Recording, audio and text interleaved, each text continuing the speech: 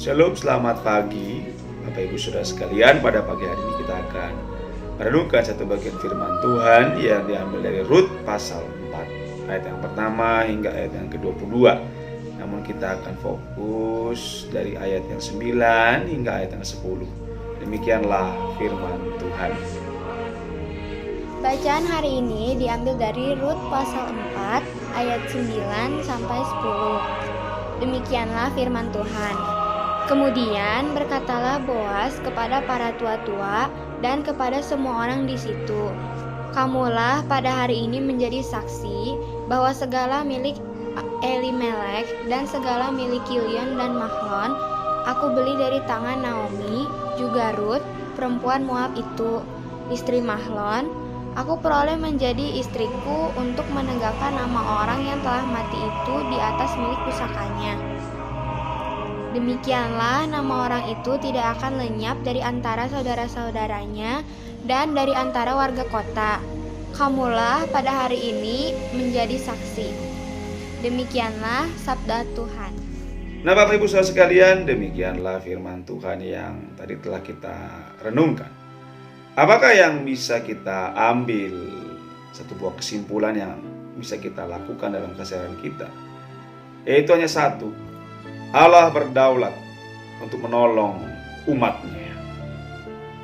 Akhirnya melalui hukum Levirat yang nanti Bapak Ibu bisa baca dalam Ulangan 25 ayat 5 hingga ayat yang ke-10, di mana hukum ini mewajibkan sanak terdekat dari keluarga yang ditinggal mati kepala keluarganya dapat mengawini janda kepala keluarga itu demi meneruskan namanya.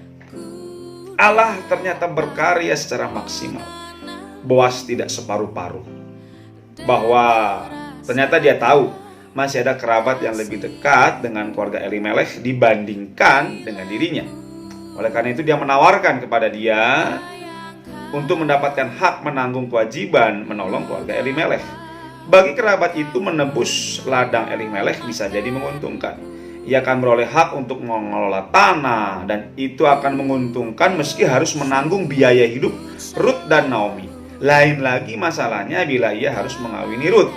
Segalanya akan menjadi kacau. Akhirnya kerabat yang lebih dekat itu tidak mau mengambil Rut sebagai istrinya, dan Boaslah yang akhirnya mengawini Rut.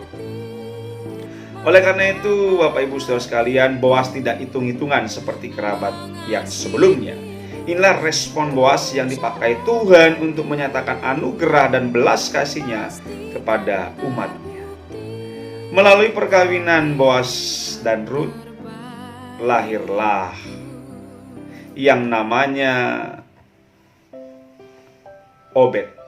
Dan Obed itu memperanakan Isai, dan Isai adalah ayah daripada Raja Daud. Bapak Ibu bisa lihat sendiri dari silsilah keturunan Yesus Kristus dalam Injil Matius pasal yang pertama. Bapak Ibu saudara sekalian, masalah apa yang saat ini Bapak Ibu sedang atau tengah alami? Mungkin mengalami jalan buntu, mengalami kesulitan. Yakinlah saudara-saudaraku bahwa Allah berdaulat menolong setiap kita dengan caranya yang ajaib, dan Tuhan tidak setengah-setengah seperti yang terjadi dalam kehidupan Boas dan Rut. Siapa yang bisa menyangka yang harusnya kerabat yang terdekat bisa mengawini Rut, tapi tahu ternyata dia tidak, dan Boaslah yang mendapatkannya. Dan dari keturunan Boaslah Yesus Kristus lahir. Saudaraku, mari kita datang kepada Tuhan sungguh-sungguh, minta belas kasihan Tuhan untuk menolong setiap kita, setiap Bapak Ibu Saudara sekalian yang mengalami kesulitan. Yakinlah bahwa Allah menolong di dalam kedaulatannya, dan Allah tidak pernah setengah-setengah. Shalom, selamat pagi, selamat beraktivitas. Tuhan Yesus memberkati. Soli Deo Gloria.